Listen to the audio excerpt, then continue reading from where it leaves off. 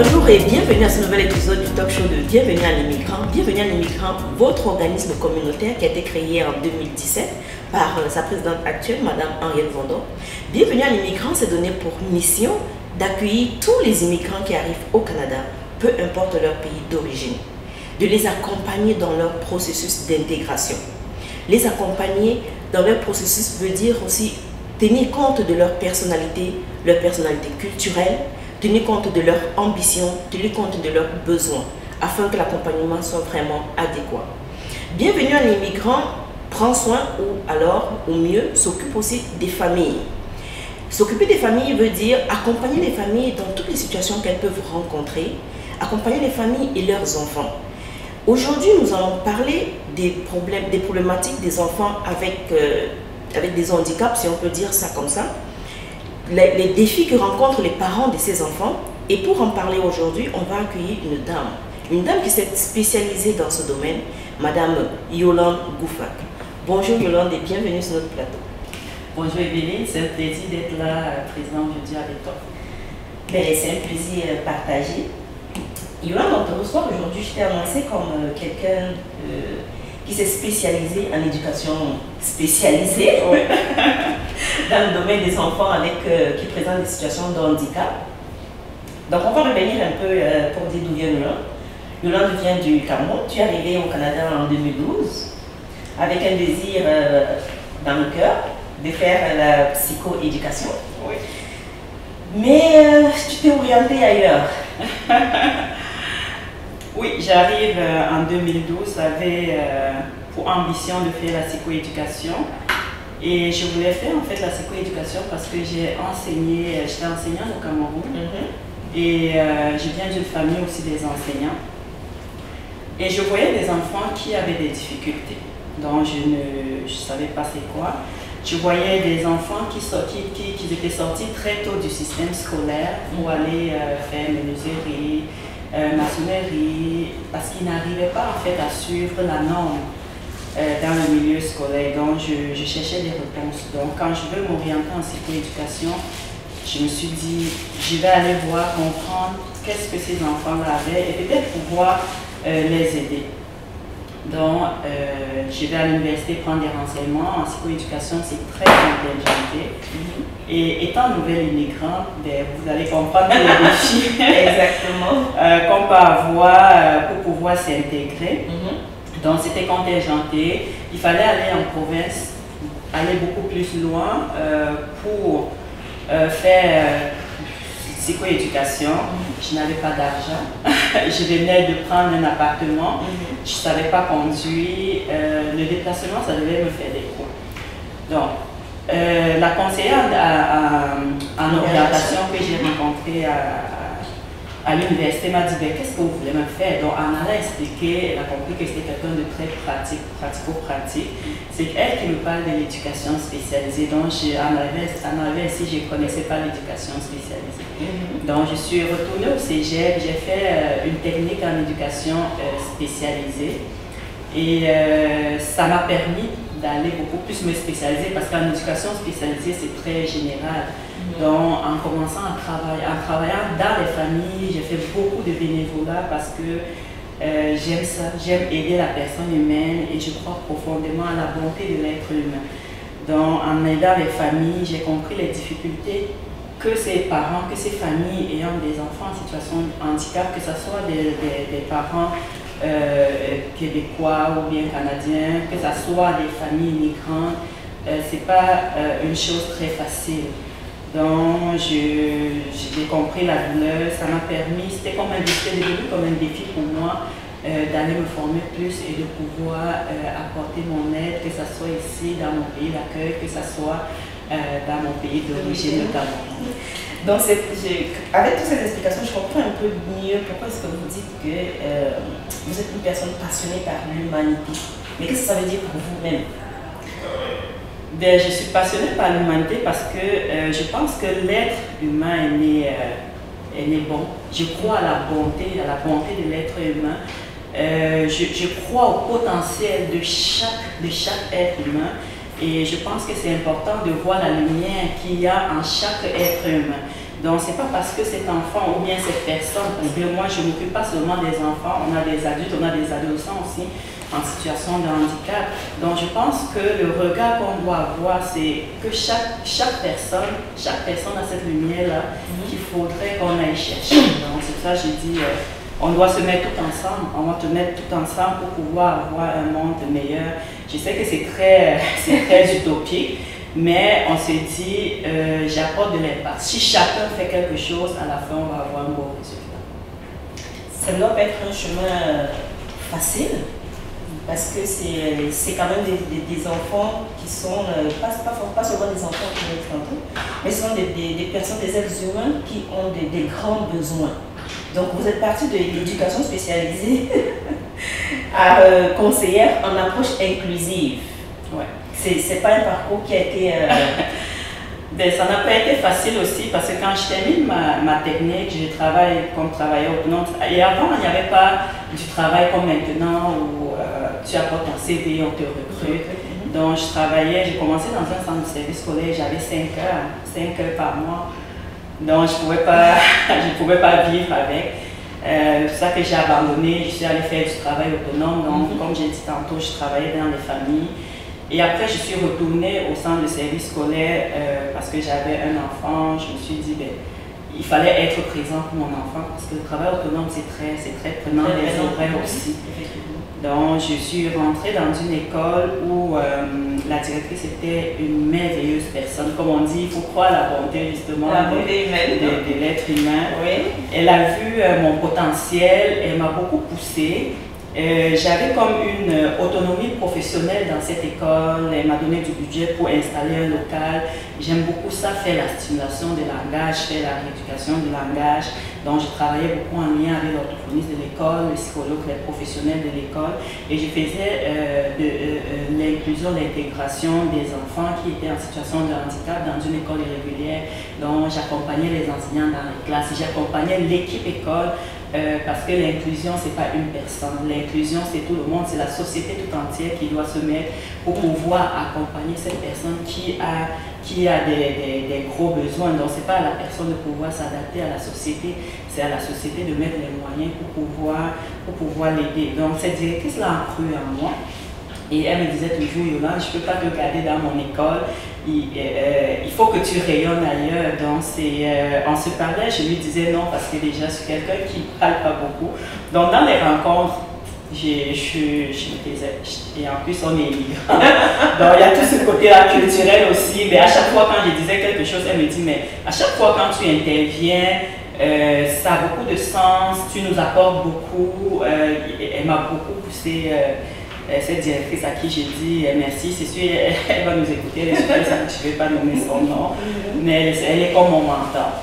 Et quand il y a eu le cours au service des ressources éducatives de mon centre de service scolaire, elle m'a dit il faut que tu postules. Et je pense qu'au niveau de mon estime aussi, je n'ai pas une très grande estime. Je fais beaucoup de choses, mais il faut toujours les gens qui me disent que mais regarde, où est-ce que tu es rendu, qu'est-ce que tu fais. Moi, je me blâme souvent beaucoup, je suis beaucoup dans la perfection. Donc, elle m'a dit, ben vas-y. Donc, j'ai postulé et j'ai eu le poste. Donc, moi, mon rôle, c'est vraiment d'accompagner les équipes écoles qui ont des enfants ayant des gros besoins. On sait qu'une seule tête ne peut pas tout faire. Donc, quand on est plusieurs têtes, ça permet la réflexion, ça permet l'analyse. Et comme j'ai dit, ça permet vraiment, donc c'est vraiment arriver à l'école. Comment est-ce qu'on va faire? Est-ce qu'il faut aménager la classe? Est-ce qu'il faut...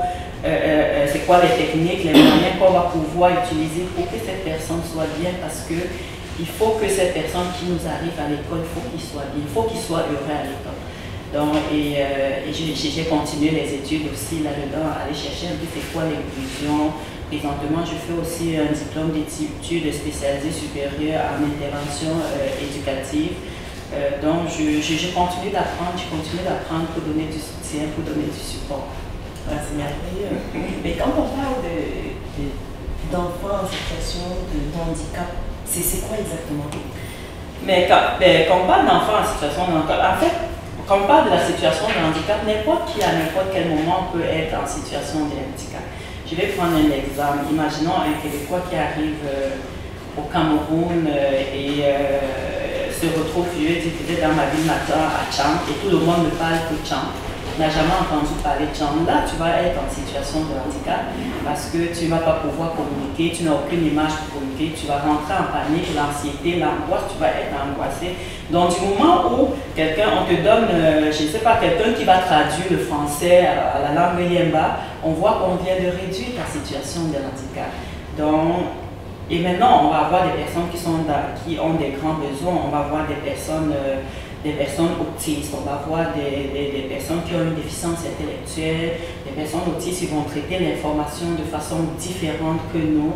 C'est pas que c'est des êtres humains là, non, c'est juste parce que la façon de traiter l'information est différente et souvent ils ne sont pas compris par on dit notre société à nous autres.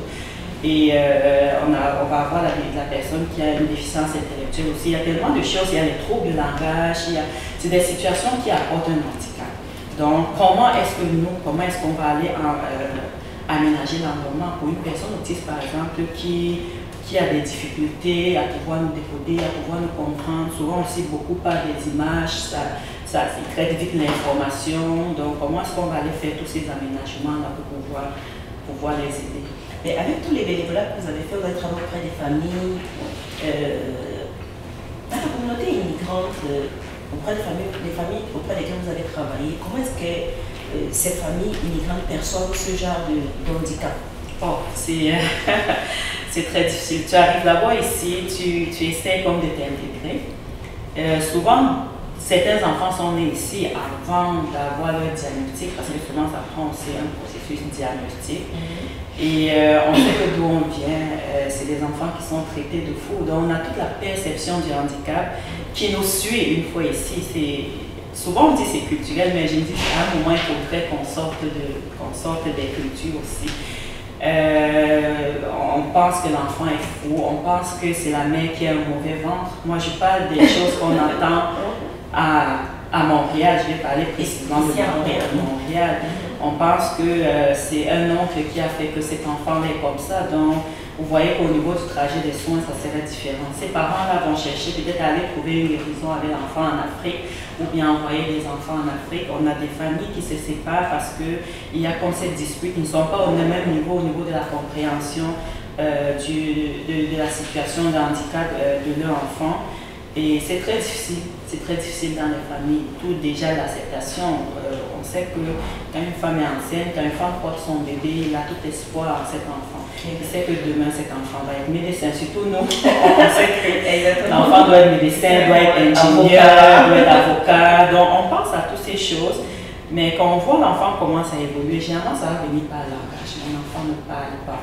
Mon enfant a un retard de langage, il ne marche pas, mais beaucoup de langage. Même il ne marche pas, on me dit, ah, l'oncle a marché plus tard, ou bien même quand il parle, et l'oncle a parlé plus tard, donc ça va arriver. Donc et rentrer aussi dans le système, déjà tu ne comprends pas le système pour toi-même, mais maintenant tu ajoutes un enfant qui a des défis, tous les thèmes comme le CLSC, les SURS, il faut aller à des rendez-vous, c'est pas où que tu rentres, donc souvent aussi c'est la grosse difficulté des parents, par où est-ce qu'on commence? Mais cette situation de déni, c'est-à-dire que les parents qui ont du mal dès le départ à accepter la situation de leur enfant, est-ce que ça ne cause pas plus de tort aux enfants? Ben ça c'est sûr que le déni aussi c'est partout. Je vais dire même les parents au Canada aussi, on va avoir le déni, mais sauf que chez nous, le déni vient de la perception, la façon qu'on perçoit aussi le handicap. Donc si je pense que c'est quelqu'un qui a fait que mon enfant est comme ça, donc je serais dans l'espoir qu'en allant faire tous les traitements traditionnels et autres, ça peut comme changer la situation. Mais ça crée sûrement des torts parce qu'on a des enfants qui nous arrivent dans des services à 5 ans, à 6 ans. Et on sait que même au niveau des études, les études démontrent que la prise en charge précoce est bénéfique pour chaque personne, pour chaque enfant. Donc, on reste là, on cherche à trouver des solutions qui ne répondent pas nécessairement aux besoins de l'enfant. Et en même temps, moi je dis souvent, on ne peut pas juger le parent. C'est parce que et là, il faut prendre le parent où le parent est rendu dans la compréhension de son enfant et essayer de cheminer avec, le parent. On ne peut pas être plus pressé que ça. Parce que quand tu perds le parent, tu perds l'enfant. Donc, c'est progressivement. Ça m'amène à une question. Est-ce que les parents, dans ces cas-là, est-ce qu'ils ont des outils d'accompagnement? Est-ce qu'ils ont des outils d'accompagnement? Est-ce qu'ils savent comment aller chercher ces outils? Est-ce qu'ils sont au courant de tous les outils qui existent? Non, souvent pas du tout. Souvent pas du tout. J'ai dit déjà, toi, tu te cherches toi-même. Ça peut être un double défi. C'est un double défi. C'est vraiment un double défi. Souvent, on va référer les parents auprès des services. De dire, va déjà voir le médecin de famille. Bon, il y en a plusieurs qui n'ont même pas de médecin de famille, mais va quand même à la clinique consulter. Va dire tes craintes. Parce que ça, c'est un autre problème aussi. Il y a des familles qui ne veulent pas qu'on sache que l'enfant a des difficultés et je les comprends parfaitement. Donc, il faut le dire, va rencontrer un médecin, pas des difficultés. Le médecin aussi va essayer de t'orienter. Mais ici, c'est là où on voit le parent est le premier intervenant de son enfant. Je dis ici parce qu'en Afrique encore, on va avoir des parents qui travaillent, on va avoir l'employé de maison qui va s'occuper beaucoup plus de l'enfant. Mais ici, tu te retrouves seul, tu n'as pas de choix que d'être présent. Donc, tu vas avoir des rendez-vous. Le médecin va t'envoyer peut-être au CLSC. Au CLSC, il y a le programme enfant-famille aussi où on va t'accueillir. Si l'enfant a un diagnostic, on peut orienter l'enfant vers les SUS. Et il y a quand même un système de prise en charge qui est fait, mais sauf que les listes d'attente sont tellement longues. C'est des listes d'attente d'1 an, c'est des listes d'attente de 2 ans. Donc, entre-temps, l'enfant est en train de grandir. Donc, maintenant, on peut accompagner les parents au niveau des ressources, au niveau aussi de la prise en charge, des petites choses que tu peux faire au quotidien avec ton enfant. Par exemple, tu as la cuisine en train de faire la cuisine, ton enfant à côté de toi, juste le fait de nommer tous les fruits que tu as autour de toi, ça fait que tu es en train déjà d'enseigner à temps réel à l'enfant et c'est visuel, c'est concret. Si tu es en train de donner le bain à l'enfant, tu es en train de nommer les parties du corps, donc déjà on va accompagner le parent pour ces petites choses et en attendant les services. Et généralement pour les parents qui ont un peu de moyens, parce que l'évaluation au privé ça coûte quand même assez cher. Et il y a des listes d'attente aussi au privé. Ouais, donc on va référer les parents aussi au privé. Non. Et même quand tu arrives à avoir un diagnostic, il y a le gouvernement aussi qui donne une allocation pour des enfants. Ils vont dire une allocation pour enfants handicapés. C'est vrai que je n'aime pas le mot handicapé, mais c'est ce qui est écrit au niveau du gouvernement. Et même là, pour faire la demande, ça te prend des professionnels pour t'accompagner. Et c'est administratif, c'est long, donc c'est vraiment un parcours de combattant que les parents doivent devoir suivre pour pouvoir accompagner leur enfant au fur et à mesure. Ouais. Mais tout ce développement-là vous a conduit à créer Handicap Action et Diversité. Ouais. Quels sont les services que l'organisme offre? Handicap Action et Diversité, c'est vraiment l'accompagnement. On fait l'accompagnement du parent, on va référer dans les services comme j'ai dit tantôt. On va éduquer le parent parce que quand l'enfant rentre à l'école, ça c'est souvent aussi un autre choc. On va faire des rencontres, on a observé l'enfant, on va dire aux parents qu'il faut que l'enfant rentre dans une classe spécialisée. Donc, ouais. Si tu viens du Cameroun, tu viens dans un pays où tu n'as jamais entendu parler de classe spécialisée, on va te dire l'enfant va rentrer dans une école comme une John F. Kennedy. Il faut que tu ailles visiter. Quand tu arrives, tu visites, tu vois les enfants qui sont là, tu dis non, mon Dieu, non. Ça c'est le choc. Tu dis non. Mon enfant va être avec ce parce qu'entre parents aussi, il y a comme tu te dis l'autre est plus atteint que le mien, mon enfant va être avec, mon enfant va être ici, non, moi je refuse. Donc souvent, ça vient briser aussi la collaboration école-famille. Donc c'est souvent un choc. C'est souvent sûr qu'on va accompagner le parent, on va expliquer pourquoi l'enfant va aller dans une classe qui répond à ses besoins, parce qu'on va en fonction des besoins de l'enfant. Et comme j'ai dit, on veut que l'enfant soit heureux là où il va se trouver. Donc on accompagne le parent, on va expliquer le système au niveau du système scolaire, l'adaptation scolaire au Québec, comment est-ce que ça se passe et l'importance aussi de tout ce qui est collaboration avec l'équipe et l'équipe école, parce qu'on est là pour l'enfant, on doit avoir gardé un œil là-dessus. Et il arrive aussi souvent, on va référer, on va dire aux parents qu'il faut que tu ailles chercher peut-être un médicament pour l'enfant. Oh, là souvent c'est aussi, mais non. Le parent va arriver on va dire au quartier, sinon on dit il va rencontrer des amis, on va lui dire que mais non, c'est parce que ces gens-là, ils veulent que ton enfant devienne légume. Donc un enfant légume, c'est souvent un enfant qui ne va plus rien faire, qui ne serait plus capable. Pourtant, nous, on va accompagner aussi dans le Mais réellement, il y a vraiment ce problème tabou de médicaments. Oh, oui. Ça fait toujours très peur. Oui, ça fait peur, mais je me dis, un psychiatre qui a étudié pendant près de 9, 10 ans, 15 ans et autres, si tu te dis que ton enfant doit prendre des médicaments, je vais dire, qui suis-je pour pouvoir dire non? Et moi, j'ai dit, je crois au potentiel de ces enfants. J'ai vu des enfants qui ont complètement changé parce que on a dû introduire une médication. Parce que, et même là, quand on introduit un médicament, c'est pas comme on le fait, on laisse, non. Il y a un suivi qui vient avec. Parce que c'est pas tous les enfants aussi qui vont répondre à certains médicaments.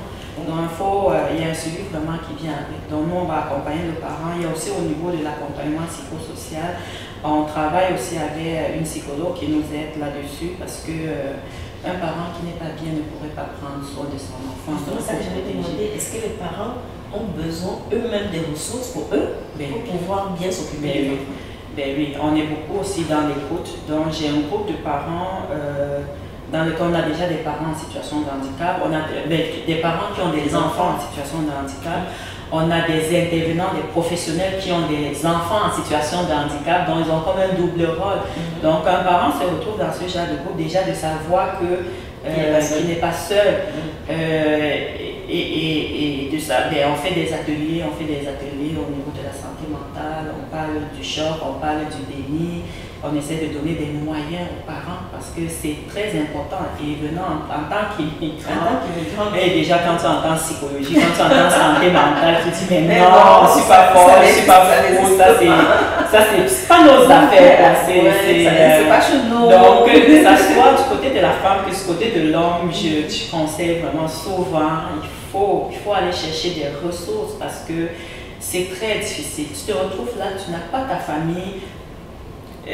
Tu n'as pas d'argent pour ceux qui n'ont pas de maison. Tu te retrouves dans un petit appartement de peut-être 4,5, de 5,5 avec un enfant qui fait des crises. À un moment, je dis, même si on a la personne la plus solide, n'importe comment sur le plan affectif, sur le plan santé mentale, à un moment, là, tu craques. Et c'est important d'aller chercher de l'aide. On parle de diversité. Est-ce que les parents immigrants viennent beaucoup vers vous, qui sont dans cette situation? C'est encore difficile de... Mais de plus en plus, je pense qu'avec le gala de la différence qu'on a fait l'année passée, ça a permis de faire comme une sensibilisation qui est l'un de nos objectifs. Et après ça, on a eu quand même beaucoup de parents qui m'appellent, beaucoup de parents qui font une publication sur Facebook et m'appellent. Et je me rappelle, il y avait une maman lors de la soirée qui a témoigné. Elle disait que mon Dieu, elle était tellement contente pour une fois. On permet à ses parents de pouvoir s'exprimer. Oui, pour une fois. Et on sait que dans notre communauté, c'est des parents aussi qui sont très, très isolés à cause de notre jugement. On a beaucoup de jugements envers ces parents-là parce qu'on les considère comme c'est des parents qui ne savent pas éduquer un enfant. Donc du coup, oui, c'est ce qui se passe malheureusement. C'est pour ça que moi j'ai dit l'un de mes champs de bataille, c'est de sensibiliser dans la communauté. C'est de savoir que ça peut arriver à tout le monde. Je vais dire, quand on cherche un enfant, personne ne souhaite avoir un enfant qui a des grands défis. Mais quand on arrive à dire à une maman que mais tu n'étudies pas, bien ton enfant, si c'était moi, il devait s'asseoir, il devait faire ceci, alors que le cerveau de l'enfant ne peut pas, si l'enfant n'est pas capable de se contrôler, le parent ne peut rien, le parent fait qu'est-ce qu'il peut. Donc du coup tu vas voir beaucoup de parents qui vont préférer rester dans leur cour avec leurs enfants. Donc on appelle vraiment à avoir un regard bienveillant dans notre société, dans les communautés immigrantes. On fait beaucoup de sensibilisation. Il faut appeler ces parents-là parce que ça peut être des parents qui sont en souffrance. N'attendons pas qu'ils craquent, n'attendons pas qu'ils aient des gros problèmes de santé mentale avant d'aller les voir ou bien avant d'aller parler que ben, lui on ne le voit plus. Allons voir qu'est-ce qui se passe, allons poser des questions. Donc, ne permettons plus que nos enfants soient cachés dans des maisons. Et souvent, je comprends ces parents-là. Et aussi, il y a un autre côté, les divorces qui se passent. Moi, en tant que femme, qui suis-je pour dire peut-être à mon frère qui a un enfant, qui a fait un enfant en situation de handicap, on doit se mettre comme ensemble pour isoler sa femme parce que ça vient de la femme. Ben, je t'ai dit, c'est ce qu'on entend, c'est des choses qu'on voit au Canada. Je vais parler de Montréal parce que j'interviens beaucoup à Montréal. Mais du côté de la femme aussi, qui sommes-nous pour dire à un homme que mais lui, là, ça vient de ton côté, c'est de ton côté que vous êtes. Je vais dire, l'enfant a une difficulté, mettons-nous tout ensemble pour aider cet enfant, pour l'accompagner. Et quand vous regardez le chemin d'handicap, action et diversité, est-ce qu'il y a déjà un grand pas qui a été fait ou alors il y a encore beaucoup de choses à faire? Moi, je vous ai dit, je suis quelqu'un qui est très perfectionniste. J'ai appris à voir quand même les petits pas. Moi, je ne peux pas être en train de dire aux enfants ou bien de dire aux parents qu'un enfant fait un petit pas, il faut qu'on l'encourage. Moi aussi, je dois apprendre comment mieux faire des tapes sur le dos. Oui, on a fait beaucoup de sensibilisation, de plus en plus on en parle dans notre communauté, mais il y a beaucoup de choses encore à faire parce qu'il y a la sensibilisation dans notre communauté, mais il y a le côté aussi notre pays d'accueil où il faut aller sensibiliser aussi les intervenants, que ce soit les intervenants en milieu scolaire, que ce soit les intervenants en général, les professionnels,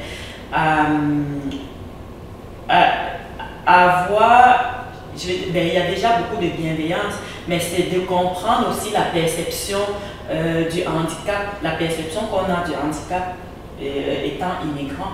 Parce que je vais prendre un exemple. Imagine un enfant qui est dans une classe spécialisée et l'enseignant qui se plaint, oh, le parent ne vient pas aux rencontres, ou bien quand il vient aux rencontres, il est toujours fatigué, les parents ne font pas le devoir à la maison.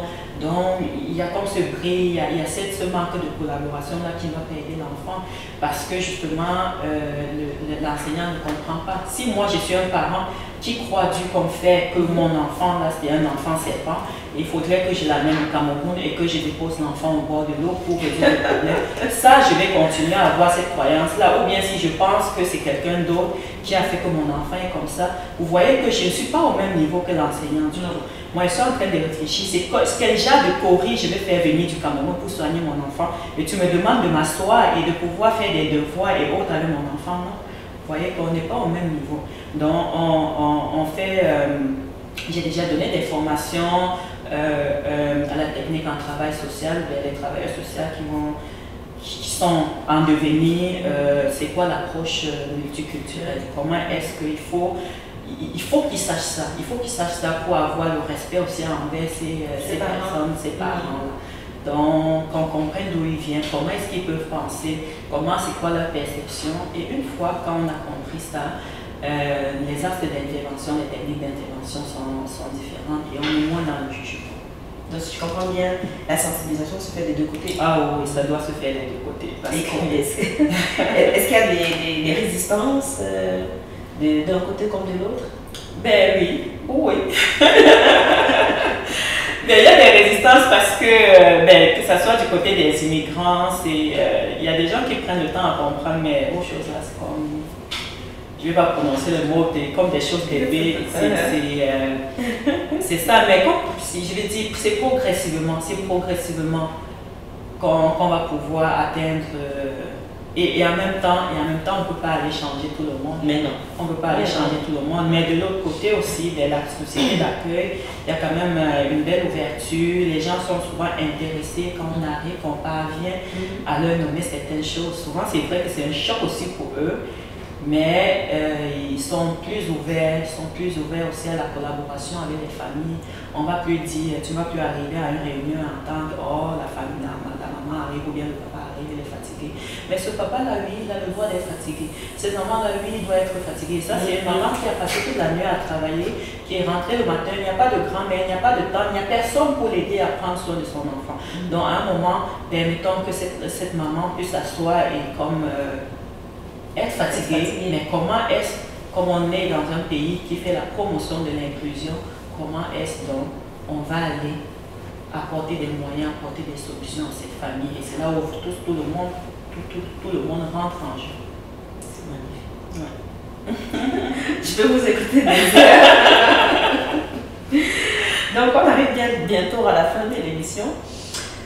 Pour les familles, je sais que c'est un double défi pour les familles immigrantes, c'est pour ça que je reviens toujours dessus, parce que le premier défi, elles arrivent dans un pays inconnu, il faut qu'elles s'adaptent aux nouvelles lois, qu'elles s'adaptent au climat, ça c'est déjà un grand défi. Maintenant, il faut un diagnostic qui tombe, l'enfant est en situation de handicap, ça fait un double défi. Donc, pour ces familles-là, quel est le conseil que vous donnerez à ces familles? Mais pour les mamans et les papas qui m'écoutent aujourd'hui, vous avez des enfants merveilleux et il faut croire au potentiel de vos enfants.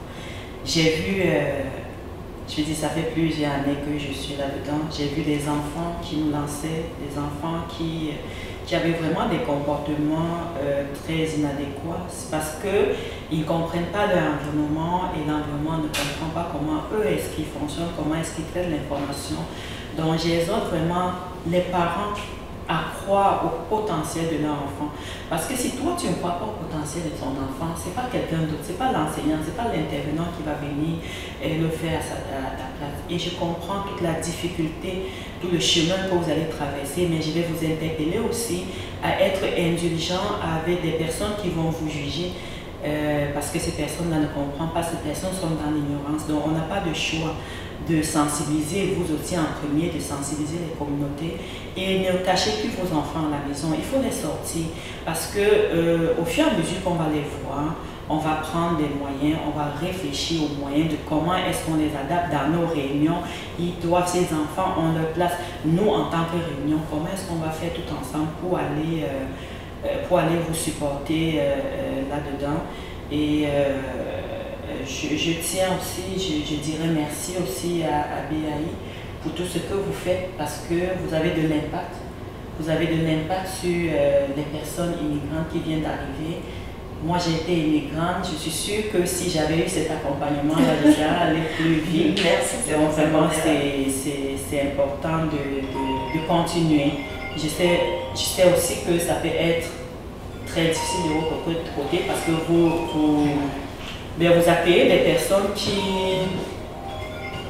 qui ne sont pas nécessairement, mais qui viennent et qui sont en situation de handicap. Tu arrives, il y a le climat, il y a l'hiver, il y a tout ça, il faut t'adapter. Il y a même pas.